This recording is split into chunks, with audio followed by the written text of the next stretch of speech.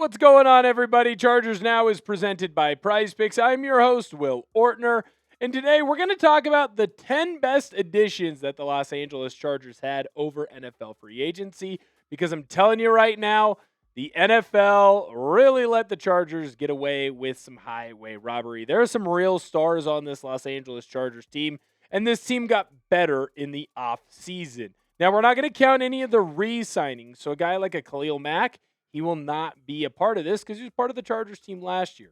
This is all about draft picks and players that were newly brought in. Make sure that you hit that subscribe battle or hit that sub button, We're in a sub battle right now with Broncos Breakdown, Chiefs Report, and Raiders Report. Want to make sure that we toast all of these suckers. How's the best way for us to do that? Well, by you coming in and hitting that sub button. If you do that, you're going to help us beat these other channels, and you're helping Chargers Now grow. The bigger that we are, the more fun that we'll be able to have in the fall. Let's talk about some of the Chargers additions. First, at number 10 for me is Charlie Kolar, tight end for the Baltimore Ravens. Now, I think earlier, if we do this video 2, maybe 3 weeks ago, he's a higher addition for this team, but he's definitely someone, in my personal opinion, that has started to fall back because, well, some other players that are going to be on this list. Now, Kolar is really exciting to watch because he helps add a lot of things to this Chargers team. First and foremost, he allows this team to have 3 competent tight ends that are going to be able to help grow this team, right? He's a decent enough pass catcher out of the backfield, or someone who could catch the football from his tight end position or from lined up at a slot spot. But I definitely feel like Kolar is someone that is going to be used more in this blocking type of role. And then we'll see him as an ancillary character where he can kind of get some big catches randomly. Now, he is someone that Justin Herbert is going to be able to trust. He's a veteran. He's been in the National Football League for quite some time. And Herbert, look, sometimes you need to be able to just dump the football off to a big tight end and trust that they're going to get 4, 5, 6 yards. I think that's perfect for Kolar. I'm really excited to see what he does for this team. At number 9, let's talk about someone who's a little bit strange, and that, of course, is Cole. Now, when we look at Cole Strange, he is not necessarily who I was hoping for to come in and be one of the guard replacements for the Los Angeles Chargers. But the more and more that I was doing my research on Strange, the more and more that I kind of broke down some of his film, the more and more that I looked at what he can add to this team, the more that I realized he's the perfect Mike McDaniel guard. And what I mean by that is that he is someone that knows how to get reach blocks, knows how to get inside reach blocks when it comes to a zone scheme. When I look at a player like Cole Strange, I know that he is a veteran. While he might not be the best right guard option out there for the Los Angeles Chargers, he's still a very good option. And he's someone who's known this offense before. So he's not going to have to come in, relearn whatever the system is. He's not going to have to try and figure out what is going to be asked of him. He knows. He just has to come in and build up a chemistry with the other offensive linemen around him. And when I look at Cole Strange, again, he is not my number 1 target at guard. He's still not the worst guard in the world. He's going to be better than Mekhi Becton. Mekhi Becton, when he was out on the field, was absolutely atrocious for the Los Angeles Chargers.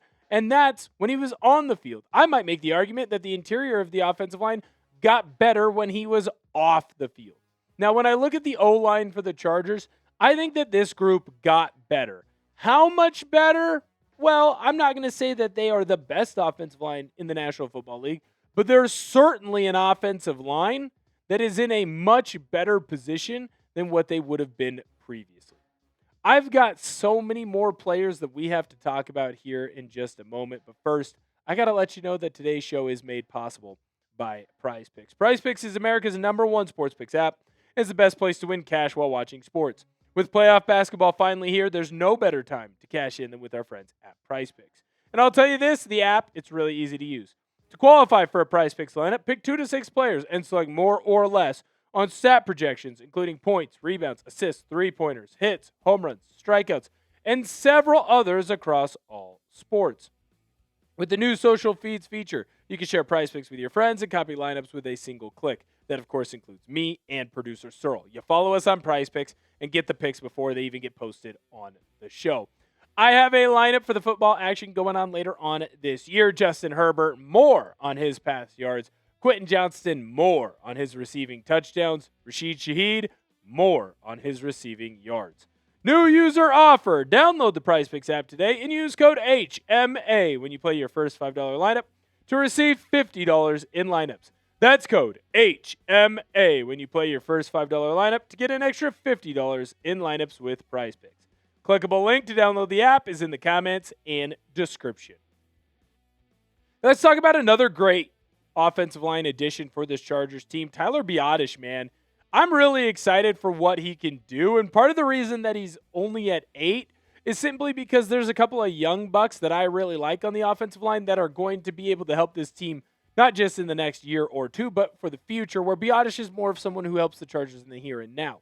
When we look at his grades last year in Washington, I do think it's important to note that, yeah, he allowed 3 sacks, but you have to remember what that Washington offense is. That's an offense that relies a lot on your quarterback being able to move.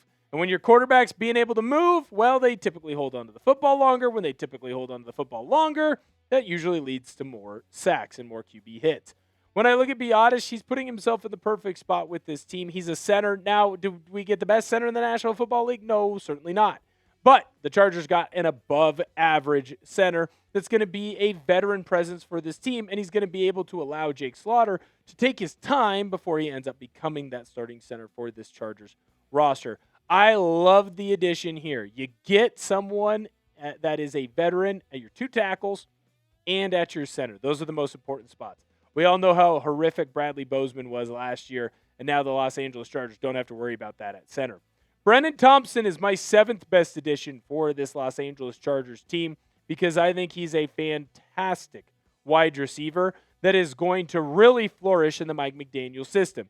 He's a speed demon, and while he had a ton of receiving yards last year, in fact, led the SEC, Brenen Thompson did not play for a good team. Let's just be honest about that. That Mississippi State Bulldogs team was atrocious, and their only big shining star was Thompson. Now, the drop number's a little bit high, but the yards per average, the yards caught, and just how he can add in with his speed to McDaniel's system is going to be great. When you look at the depth chart right now, I have him as a backup, and so do the Chargers. I think there's a chance he could earn his way to being a big-time star and starter for this team. I think he explodes, man.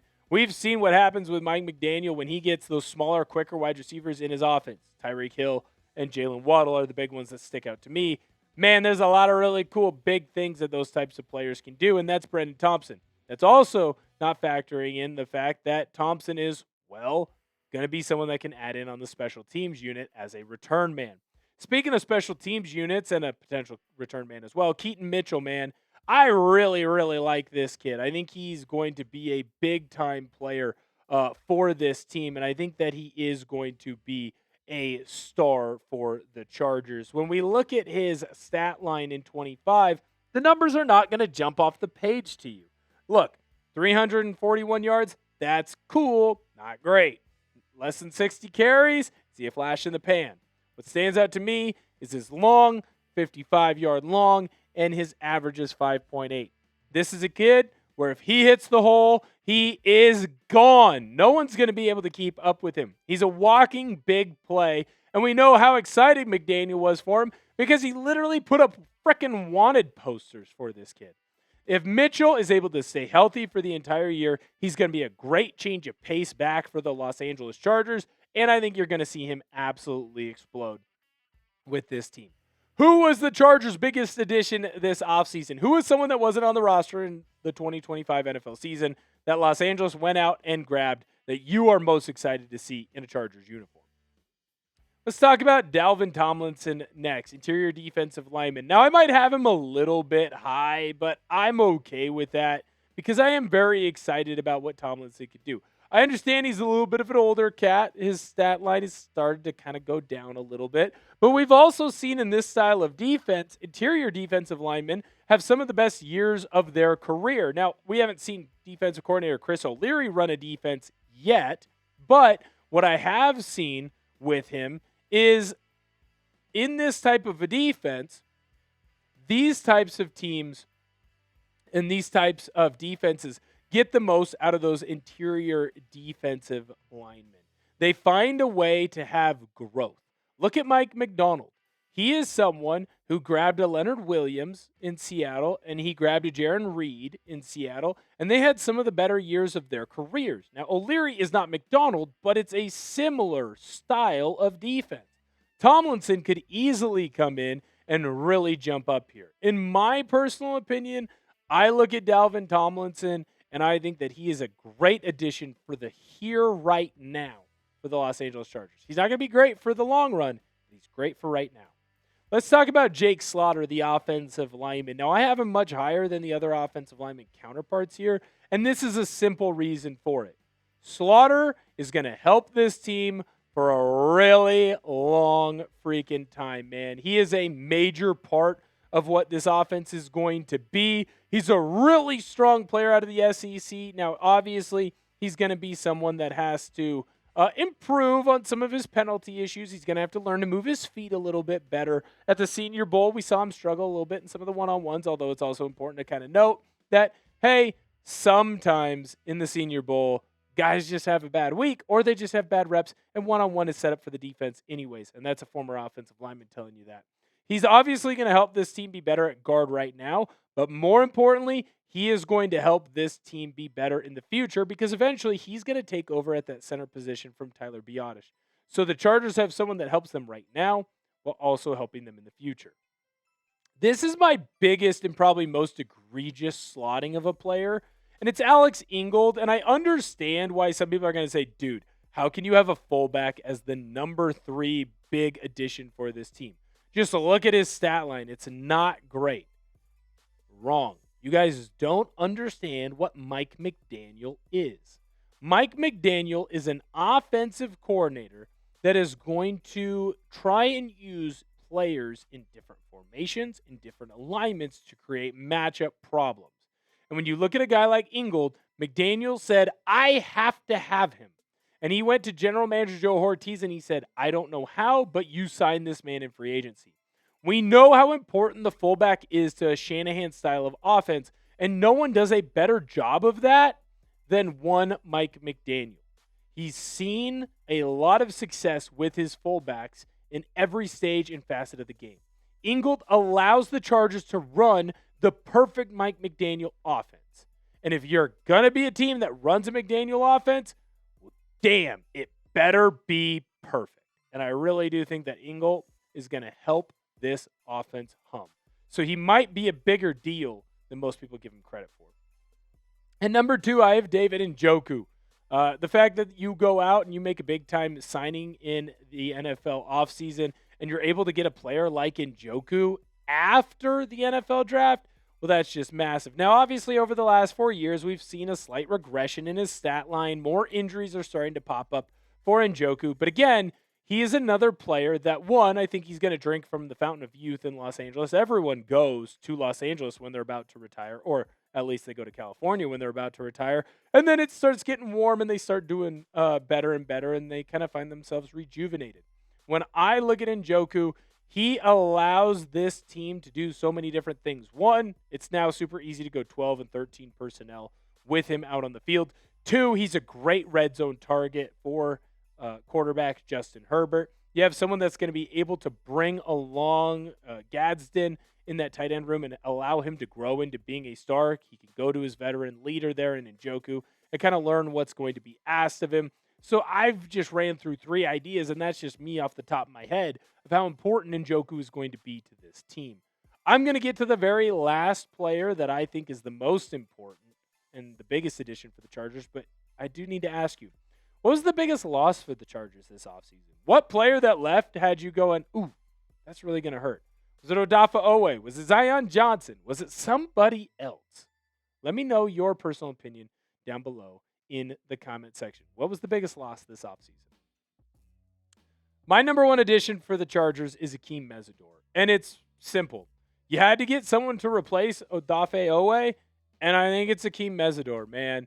The ability that he has to get after the quarterback is absolutely terrifying. There is no one, in my personal opinion, that was better at that point in the draft than Mesidor. And if Mesidor is a 21, 22-year-old kid, He is drafted in the top 10, and you got him in the 20s. Look at how many TFLs and sacks the kid has. He gets after the quarterback. The pressure rate is incredibly high, forces a lot of turnovers. Man, he truly is a special player, and he's going to get to learn behind Khalil Mack. He's going to be able to grow as a player, and then once Thule gets his extension, this team is going to be jam-packed with talent and loaded from top to bottom. I just really like what this Chargers team is doing, and I think that Mesidor is going to be the greatest addition. He's going to hit the ground running. He's going to be a star with this team, and he's going to do wonderful things in defensive coordinator Chris O'Leary's defense. I'm very excited to see what he does. When we look at my top 10 additions for the Los Angeles Chargers, here is what they are, 10 through 1. Let me know what your personal opinion is of my list in the comment section. Feel free to do that. But I'm telling you right now, this team did a lot of really good things. And I was very, very impressed with everything that they were able to do. Make sure that you hit the thumbs up button on today's video if you're excited about the Chargers additions. We really appreciate it. And, of course, as always, make sure you hit that subscribe button as well. Do not miss out on your opportunity to be covered on the Los Angeles Chargers every single day here by Chargers Now by Chat Sports. Thank you guys so much for viewing today's video. Make sure that you bolt up.